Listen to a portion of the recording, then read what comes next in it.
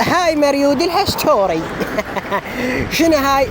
لازم والفحسة على كيفك على الأصول اليمنية وداخل حرض. جبنا لكم حرض من اليمن على كيفكم، حرض مصنوع من الحجر اليمني وجاي كله داخل ألمانيا. وهاي الفحسة ما شاء الله، بركان يمني متحرك مع رز الزربيان، طبعا شيء من الآخر ما شاء الله